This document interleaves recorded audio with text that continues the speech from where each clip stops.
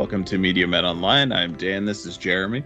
It's me, Jeremy. Spoilers ahead for the Super Mario Bros. Movie 2023, not 1993, mercifully. The story of the Super Mario Bros. On their journey through the Mushroom Kingdom, which is kind of a lie because it's the story of Mario in the Mushroom Kingdom and Luigi as the damsel in distress. First things first, the opening credits. It credits Shigeru Miyamoto. Does that name sound familiar to you? I think he's the guy that created Mario. So the creator of Mario had hand in hand with this movie. He's a lead at Nintendo. He created the character. You know that this movie isn't going to go straight up MCU, which is what made me very happy from the opening credits. Because I was a little concerned. Are you like a big? Have you like enjoyed the Mario movies? The Mario movies? I mean, and the Mario. Yeah. Did you like the other Mario movie? No. Did anyone? You're not a real fan unless you enjoyed Staten Island Mario. Yeah, John Leguizamo, who we've bashed many times on this podcast, as Luigi. That Mario is trying to kill the kid who's home alone. Yeah. No, but like the Mario games, like we both enjoyed most of the Mario games. But I've never been like a big like fan of Mario as a character. He's always been like a reason to play a good platformer. Yes. Super Mario Brothers 2 was really fun, and then Super Mario World was just some of the best platforming until Super Mario Odyssey, which is the best platforming. Yes, as much nostalgia as I have for Mario 64, Super Mario Odyssey is a perfected version of that, and I think we talked about this before, but it is the best Mario game. Mm-hmm. At least it's the best 3D Mario game. You can argue for Mario World or Mario 3 or whatever, but and like Super Mario Maker, I still play that. Oh hell yeah! This is all a movie about a man who can't do anything without performance-enhancing drugs, but he has to use them to save his brother. I thought, just in general, all of the voice acting was excellent, with the exception of one man. Not a fan of Jack Black? No, I like Jack Black. Chris Pratt was excellent. I thought Charlie Day as Luigi was perfect. Even the guy who was the Penguin King, that dude had a pretty cool voice. The one person who was horrible and should have been stricken from this movie is Seth Rogen as Donkey Kong. I don't know how you decided that, yes, we're going to get someone to play Donkey Kong, but he's not going to voice act at all. He's just going to be his regular voice. He's not even going to try. Has Seth Rogen ever acted? No, he's terrible at everything. Like what has Seth Rogen been good in? There's one movie I enjoyed Seth Rogen in. The one where he's the guy, the green car guy, Green Hornet. Oh, I've never seen that. In the Green Hornet, Seth Rogen is a spoiled asshole who does nothing of value for anyone. And impressive range. And he becomes a superhero because his dad's mechanic is a kung fu master and builds and gives him the keys to a bulletproof car. They fight crime by Seth Rogen standing there yelling and the kung fu guy kicking everyone's ass. Yeah. It is the perfect Seth Rogen movie, and it's the only one where he like fits in the movie. Yeah, you don't believe him as the guy that the wife cheats with in that what the fuck was that movie we saw? Oh yes, when he's the stud that steals that steals Steven Spielberg's mom. Yeah. This guy, he gives no effort to make it not be Seth Rogen's voice, just basic Seth Rogen voice. Mm-hmm. He even puts in his stupid laugh. That guy, what's his name? Keegan Peele guy, the guy that plays Toad. Excellent job. Yeah. Oh wait, that was Keegan. That was that Key or was that Peele? The bald one. He does awesome in everything. But I was worried that he was just going to be like Seth Rogen and just be his voice because he's pretty famous.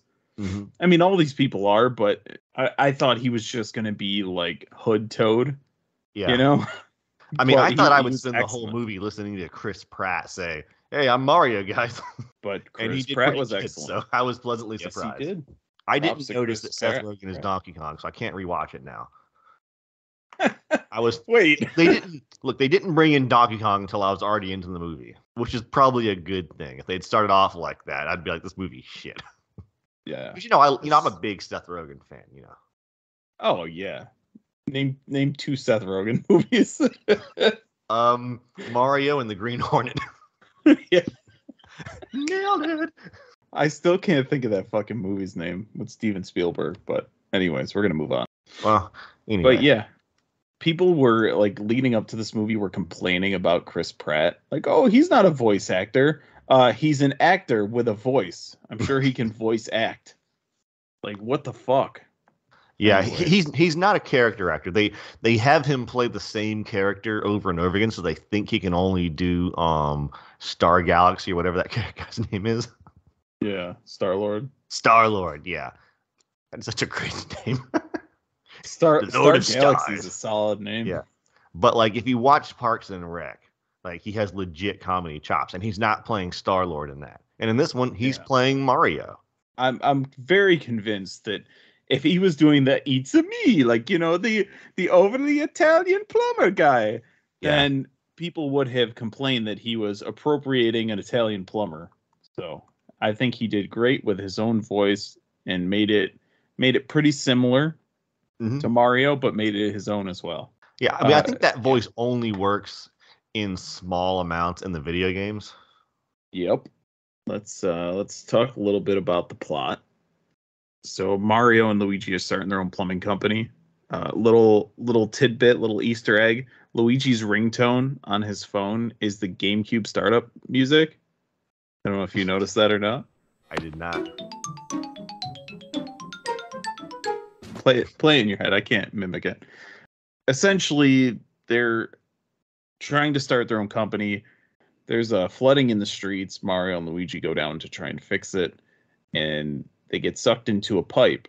And this is where Mario and Luigi split off. So Luigi goes to the dark area, and Mario lands in Mushroom Kingdom. And this is where I thought they could have done, instead of having Luigi be the damsel in distress, which it turns out he gets captured, whatever. They could have just had a full-on Luigi's Mansion situation. Like there was Luigi's Mansion vibes, but they didn't really stick with it. Because Mario's going to try and find him regardless. Instead of having him be captured, just have him go on his own adventure, and then they meet up in Bowser Land. You can still have Luigi be scared, but not in a cage the whole time. And Mario lands in Mushroom Kingdom, meets the princess, all that stuff. There's a lot of little references, and apparently travel by those glass pipes that was in Mario 3D World. So that'd be a pretty fun way to get around. I was just in New York City the other day, and we were taking the subway, and I think these glass pipes would be a little bit better. There were glass pipes on the subway, but I don't know. Like as soon as a homeless guy poops in the glass pipe, when you're coming the other way, you're gonna rethink that real soon. Mario and the princess are gonna team up to go and rescue Luigi. He has to complete this like random obstacle course thing that takes him all night. So Luigi is trapped for days while he's trying to do this stupid obstacle course. I feel like that was thrown in there because the movie was 6 minutes too short. It's like when you your essay has 1,989 words in it, and you're like, I need to put 11 ands in here.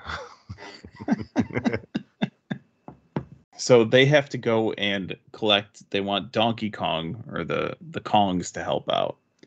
And that's when Seth Rogen appears and just tries to make this movie just a pile of shit. He fails, but he tries really hard.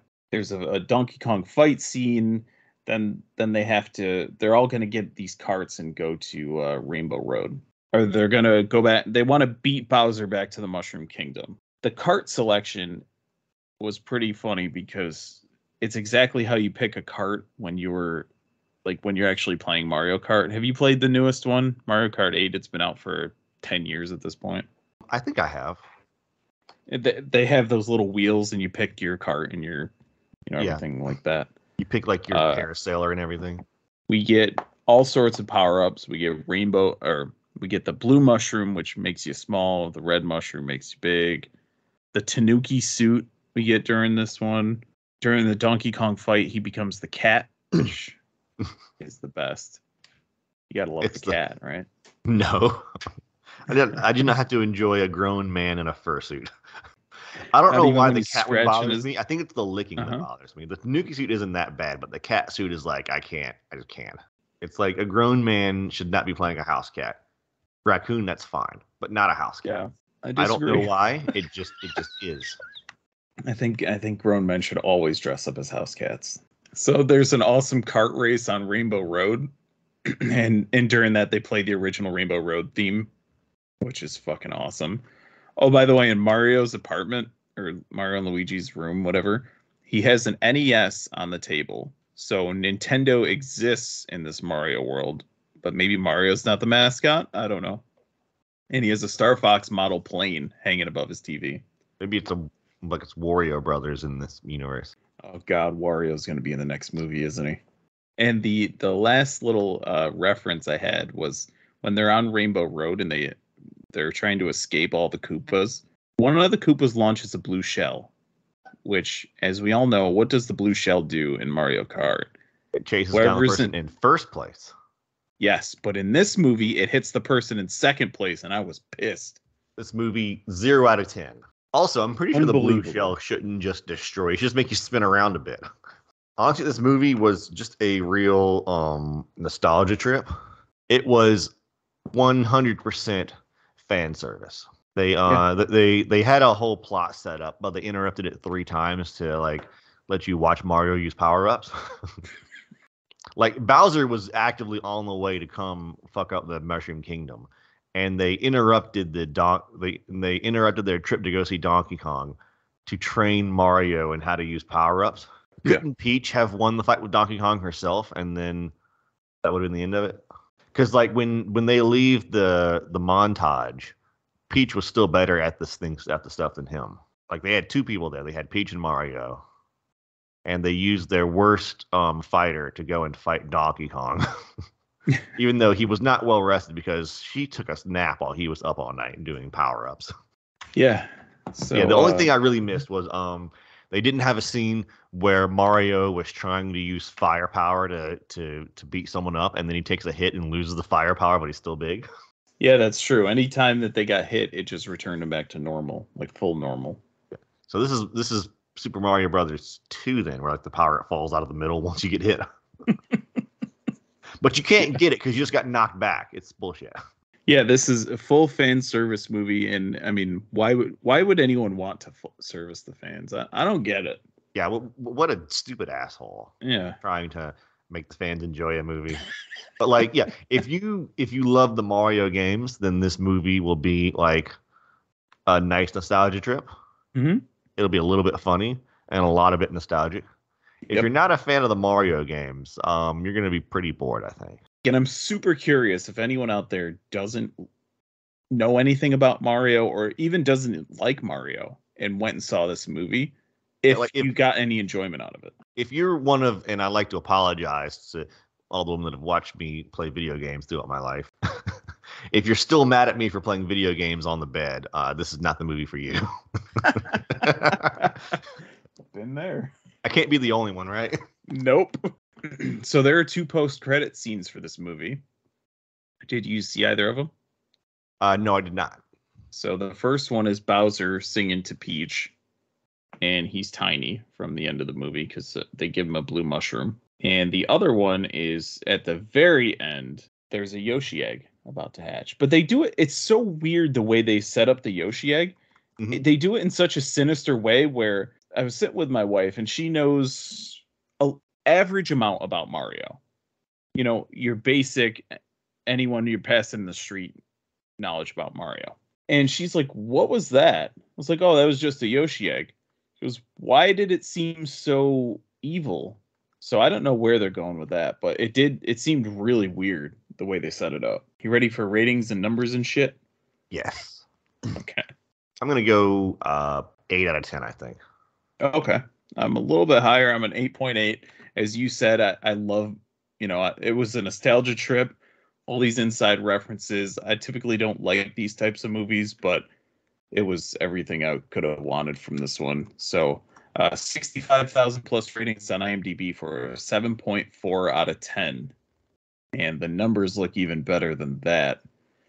With a production budget of $100 million, as of recording, obviously, 376,099,610, international 368,559, for a total of 734,658,611.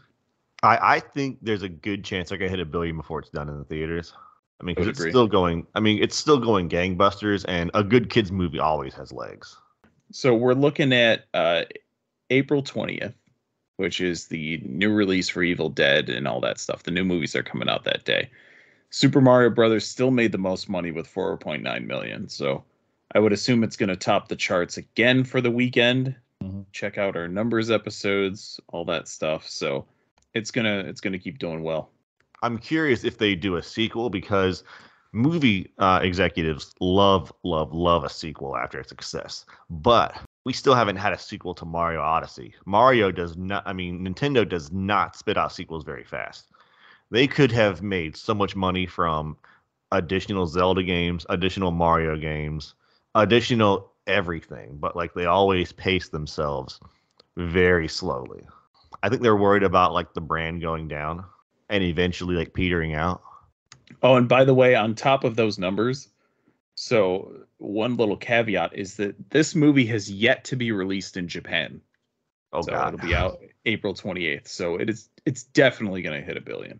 They must have like their own voice actors doing the Japanese voices though. Like there's no way they're going to have like Chris Pratt read Japanese. Right. They're going to have their own dubbed actors. So that's why the delay, but it's going to be released in Japan next week. I assume it's going to crush over there too. Check out the Mario Brothers movie, and based on the numbers, it seems like you all already have. So do you think they're going to like change Bowser's song from a Jack Black song to like an anime song? Yeah. Maybe Japan has their own version of Jack Black. It's going to sound like that One Piece song with Oh my God, from One Piece Red. It's going to be like 8 times as long. The movie, they subverted our expectations by respecting the source material. Yeah, weird. What a concept. Truly. Yeah. And on that note, we'll catch you guys later.